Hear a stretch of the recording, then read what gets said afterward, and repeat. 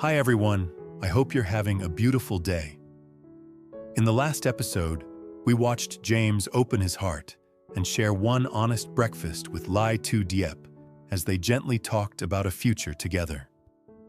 Today, we'll see how just one landlord's note and 24 hours of silence push Diep to decide whether James will truly stand beside her as family.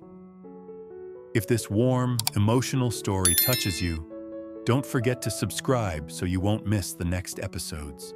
Silence settled over the little apartment in a way that felt almost deliberate, like a fourth presence sitting between the rooms. And for Diep, that quiet was louder than any refusal she could have spoken at the stairwell. James's confession still hung in the air, like the faint scent of soap after he'd washed the dishes. Not sharp, just persistent. And every time she closed her eyes, she could see his open hand resting on the table.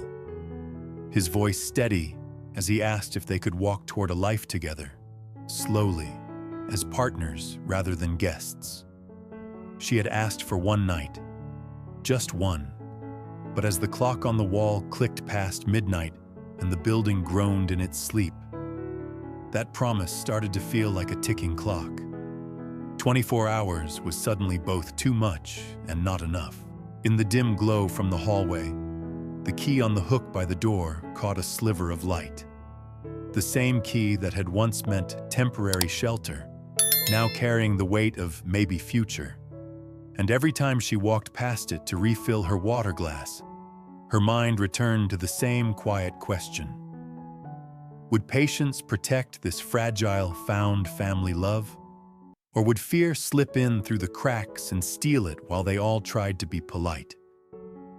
She moved through the small space the way people do when sleep won't come, straightening the shoes by the door, folding and refolding a dish towel, touching the back of a chair as if to make sure it would still be there in the morning.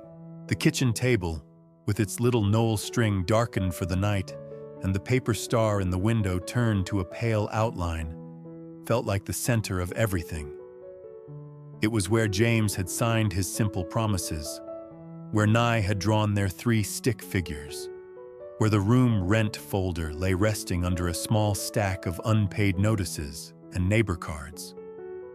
As she opened the drawer beneath it to tuck away a stray pen, her hand brushed against something she had not seen in years. A folded note pushed all the way to the back, softened at the edges by time. It took a second for her to recognize the handwriting, slanted and hurried. A promise from a younger life, written by someone who had sworn to come back and make everything right after leaving her to walk into motherhood as a single girl raised by a single mom. The words on that old note had once tasted like hope, and then slowly, month by month, they had turned into a kind of quiet ache. As she opened it now, the old ink seemed to rise off the page and sit beside James's newer words, forming an uneasy chorus. A small inner choice rose in her like a whisper. Yes, no. Speak tonight.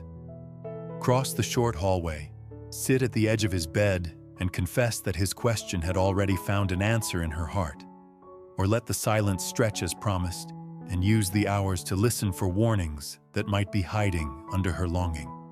Holding the 2 pieces of paper, the old broken promise and the mental image of last night's confession, she felt her chest tighten not with anger, but with the fatigue of someone who has carried other people's vows far longer than they did. She folded the old note again, this time with slower, more deliberate hands, and slipped it back into the drawer rather than into the trash. It was still part of her story, a reminder of why she hesitated, and denying it would not make the lesson go away. To ease the pressure building behind her sternum, she walked to Nie's door and eased it open just enough to let the faint glow from the hallway spill across the small room. The child was curled toward the wall, one hand flung above her head in that boneless way only children can sleep. Her other hand resting on the paper heart taped beside the bed. The one with 3 figures and a new space sketched in at the corner where she'd drawn an extra little chair for whoever needs it next. A crayon lay uncapped near the pillow, and on the floor, a new drawing waited. Their small apartment seen from outside, windows colored in soft yellow. The word home printed in earnest capital letters. The sight tugged at something deep in Diep's memory, calling up an image of her own single mom standing at a different window years ago, looking out at a city that had not always been kind, saying, "Our walls may be thin, but our table is strong. We will be careful about who we let sit here." Now, watching her daughter's slow, even breathing, she felt a second quiet choice ask for attention. Stay, leave. Keep more space around her heart so nothing ever shook this little girl's sense of safety, or allow that heart to lean toward James in the way it already wanted to, trusting that love and caution could coexist. The thought made her retreat to the kitchen, the one room where she always felt she could think clearly, and she put the kettle on out of habit. Because in this house, decisions seemed to go better when the air smelled faintly of tea. She hadn't expected to find James there, but as the kettle began its soft sigh, she saw his shape at the table, shoulders hunched slightly, hands wrapped around an empty cup. He looked up, eyes tired but calm, as if he had been pacing in his own way, sitting still so the storm in his head didn't spill into the walls. "Couldn't sleep?" he asked, keeping his voice low so as not to disturb Nye. She shook her head once, reaching for 2 mugs from the shelf. "The porridge for tomorrow's breakfast is already soaking," she said by way of answer, then realized she was talking about anything but the thing that sat between them. He watched her spoon tea leaves, heavier in one mug, lighter in the other, the way they'd fallen into a pattern without really discussing it, and then said, "The time is yours, Diep. I meant it. Whether the answer is tomorrow at sunrise or next week or a careful no, I don't want you to feel pushed." His gentleness was both a comfort and a complication. She had known men who pressed too hard, but she had also known the sting of those who left without asking at all, and this measured patience sat somewhere in the middle, asking her to meet it halfway. As she poured the water, steam rose between them like a soft curtain. She set his mug down, the stronger tea as always, and hers beside it, then sat without quite facing him, turned slightly so she could see the Noel star's silhouette in the dark window. "Sometimes," she said slowly, "space is kindness, and sometimes it is a way of avoiding the hard thing." Her fingers traced a small circle of condensation on the table. "I'm still deciding which one this is," he nodded, accepting the ambiguity. "Whatever it is," he replied, "I want it to be true, not polite. Politeness is what got me through years of meals where everyone knew something was wrong, but no one set down their fork. I don't want that here." In another home, that might have turned into an argument or a plea, but here it became a shared pause as they both sipped their tea, the warmth seeping into their hands and loosening their jaws enough to breathe. Small sounds filtered in from the building. Someone flushing a toilet, a distant cough, the hum of the stairway light they had once signed for together. The world outside their door was still full of other people's dramas, but in this kitchen, the tension softened into something more like a challenging conversation than a threat. After a while, he spoke again, his words shorter now. "I won't bring it up again until you do," he said. "If it helps, pretend last night's words are folded like a note in your drawer. They're not going anywhere, but they don't have to shout." The image landed more deeply than he knew, tangled as it was with the actual folded note resting near the cutlery, and for a fleeting second, she almost blurted out that there was already a note in that drawer, one that had once promised forever and delivered silence instead.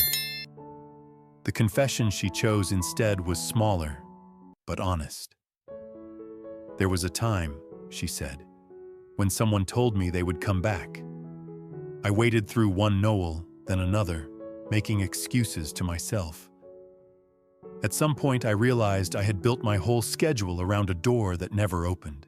I promised my daughter I would never let our lives be shaped by someone else's absence again." That was the mini-reveal the night had been circling around, not to rewrite the past, but to explain the shape of her caution. James did not rush to fill the silence that followed. He only tightened his grip on the mug and said softly, "I can't fix what he did, but I can promise this much.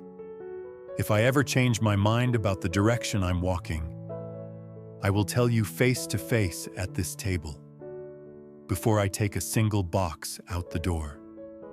It was not the extravagant vow of a man trying to erase another's mistake, just a quiet, practical commitment that fit the room they were in. That was the choice point the night settled on. Not a yes or no to marriage, not yet, but an agreement to let honesty, not fear, set the rhythm of the next day.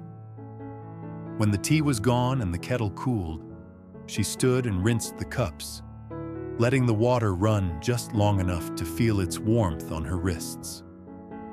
She folded a small square of paper from the edge of an old notice and wrote only one line on it before tucking it into the room rent folder with the others.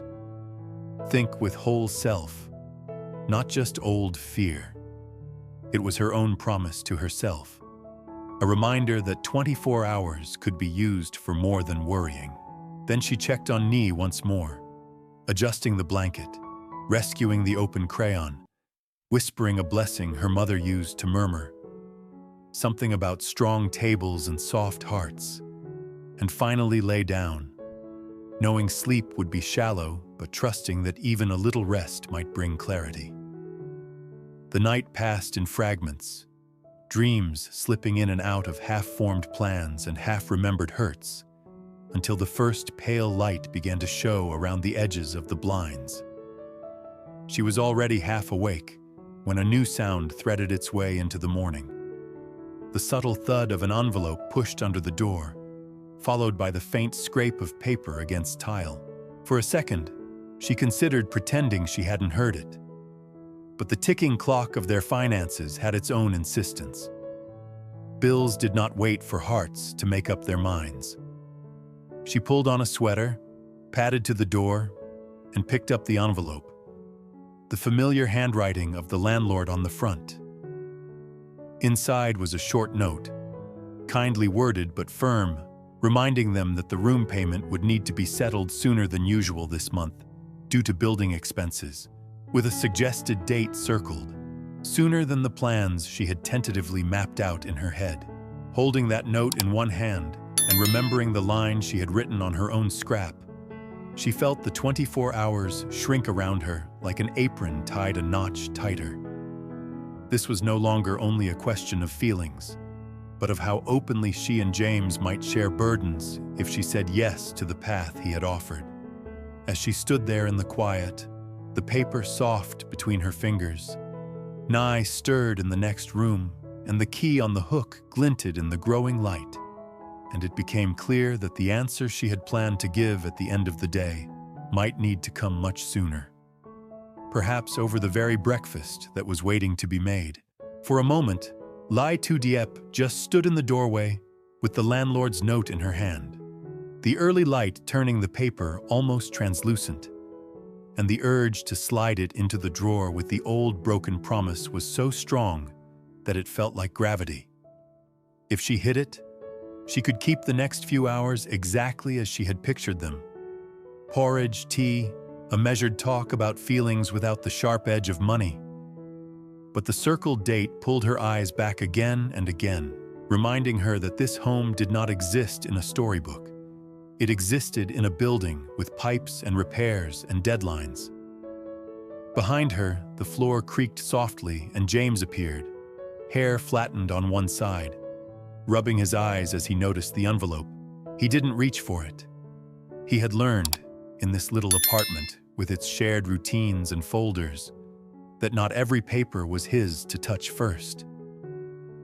"Is it bad?" he asked instead, his voice still a little rough with sleep. She considered saying, "Nothing urgent," considered folding the note and slipping it under the room rent tab to deal with later.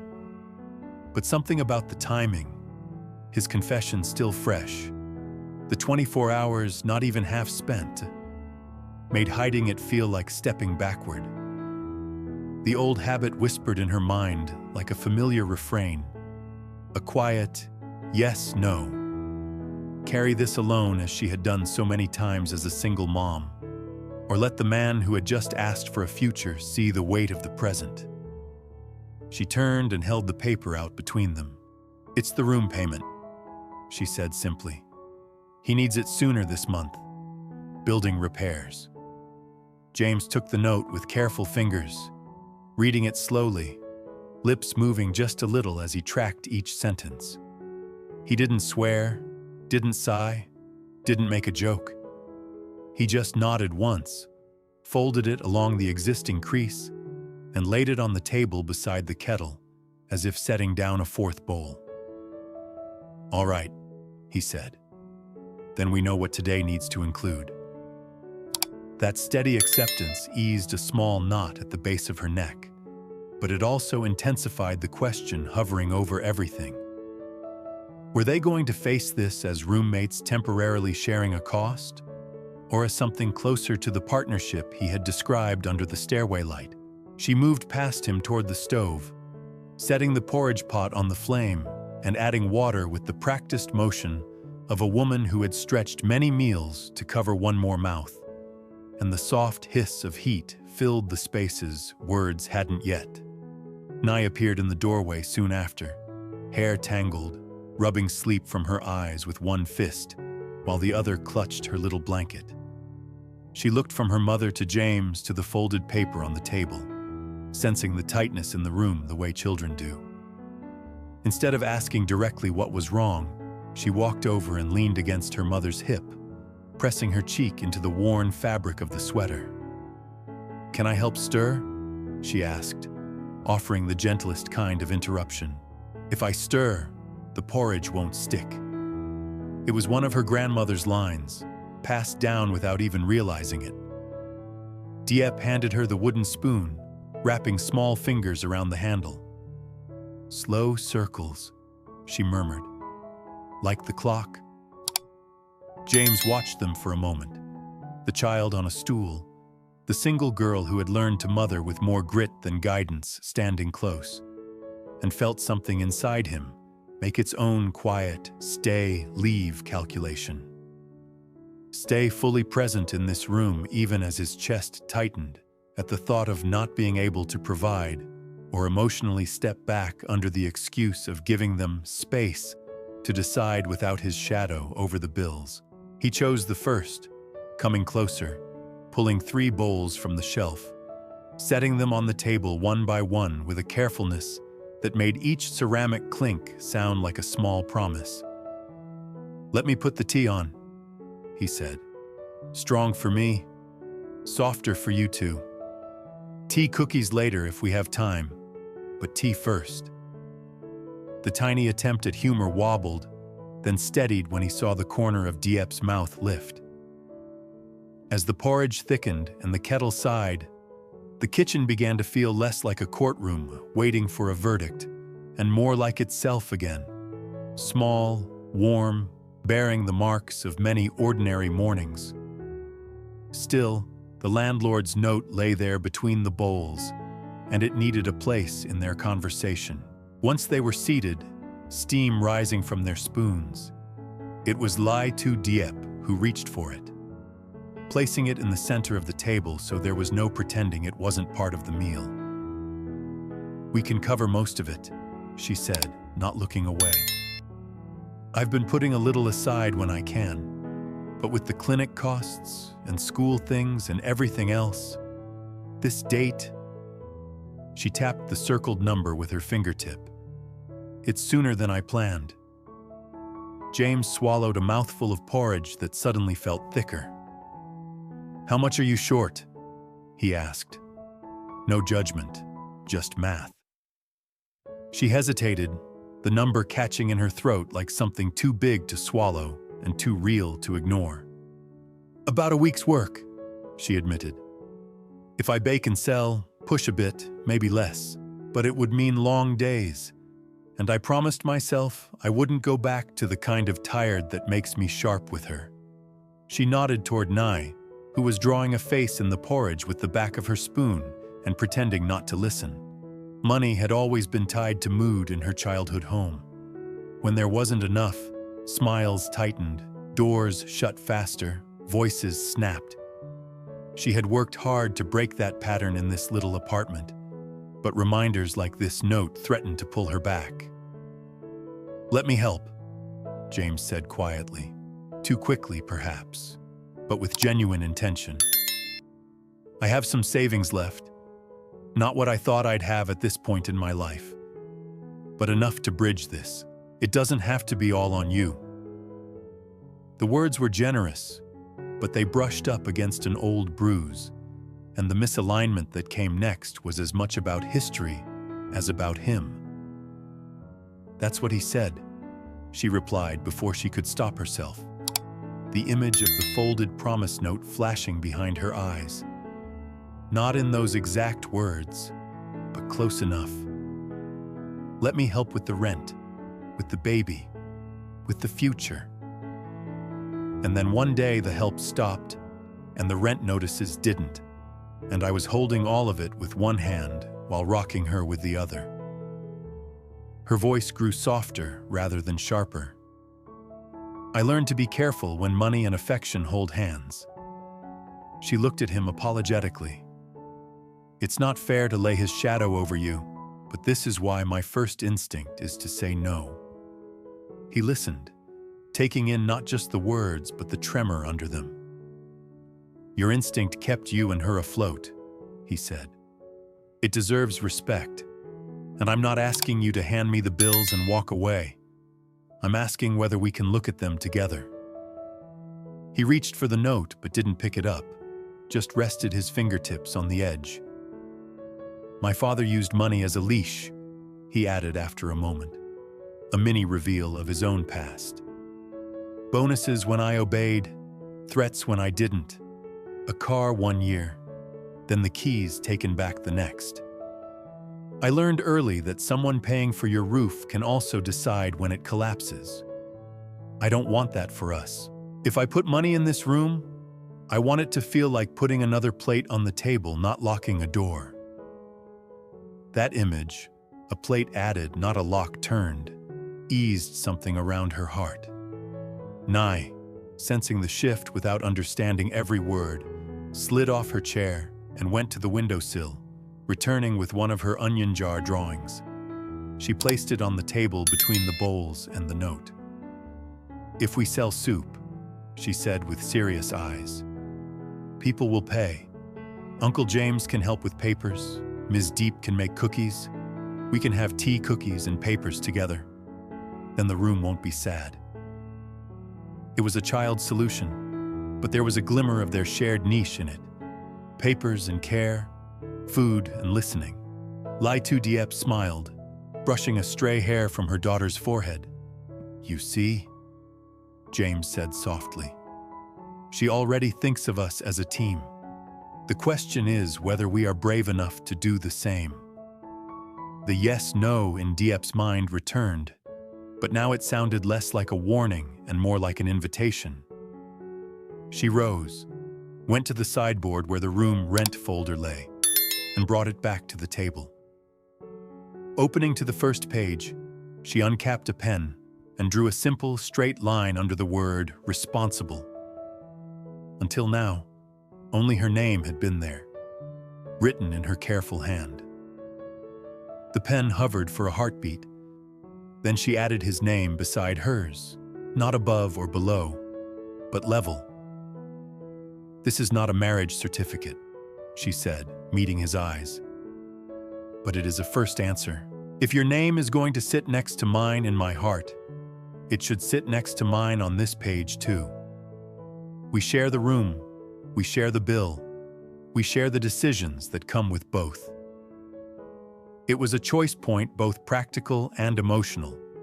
The kind of step that women who have lived through broken promises know is bigger than it looks. James's throat tightened. Instead of making another speech, he simply nodded and, at her small gesture, wrote the date next to their names. The misalignment about money had not vanished, but it had been acknowledged and given a place to rest. Later this afternoon, she continued, we'll go together to see the landlord. We'll tell him what we can pay now, what will come in a week. No pretending, no disappearing. If he needs to see who lives here, he will see both of us. That offer of visibility, of doing the uncomfortable thing side by side, was a warmth all its own. Nye clapped softly at the idea of an outing, then announced she would draw a new picture for the landlord, with the star and the onions and the three of them under the word home. As the day unrolled, the tension of the morning threaded itself through small tasks rather than smothering them. James washed the breakfast bowls while Diep swept the crumbs into her hand, their bodies moving in the familiar choreography that had grown between them. She laid out Nye's beige sweater instead of her blue one. Blue beige had become an unspoken code between them for stay steady versus show a brighter mood, and today called for steady. They counted what cash they had on hand, not hiding the shortfall from each other. He insisted on adding what he could from his own envelope without making it feel like a rescue. She accepted it with a nod, knowing the real rescue was in not having to pretend she could do everything alone. Before they left, she slipped the landlord's note into the folder, along with the little scrap she had written in the night. Think with whole self, not just old fear. And the page where both their names now sat, aligned under responsibility. As they stepped into the stairwell, key turned in the lock, Nye's hand in hers and the folder under James's arm. The paper star in their window caught the pale afternoon sun and flashed faintly, like a small signal. The 24 hours she had asked for had not yet fully passed, but her first answer had already begun to take shape, written in ink and lived in action. And as they started down the stairs together, the next step in their story was quietly foreshadowed. A simple, serious conversation at the landlord's door where, for the first time, they would present themselves not as a struggling single girl and a temporary guest, but as a pair choosing to stand in the doorway as one. In this heartfelt episode, the quiet after James's confession is almost louder than words. Diep spends a sleepless night pacing their small home, torn between new hope and old hurt. A folded note from her past reminds her of a broken promise that once left her raising Nye as a single mom, and she fears repeating the same mistake. James, awake at the kitchen table, gently reassures her that the time is yours and that he won't push. By dawn, a landlord's note arrives, asking for the room payment earlier than planned, tightening the pressure. Instead of hiding it, Diep shows James, and they face the numbers together. In a quiet but powerful choice, she writes both their names under responsible in the room rent folder and decides they will visit the landlord side by side, beginning to stand as a true team.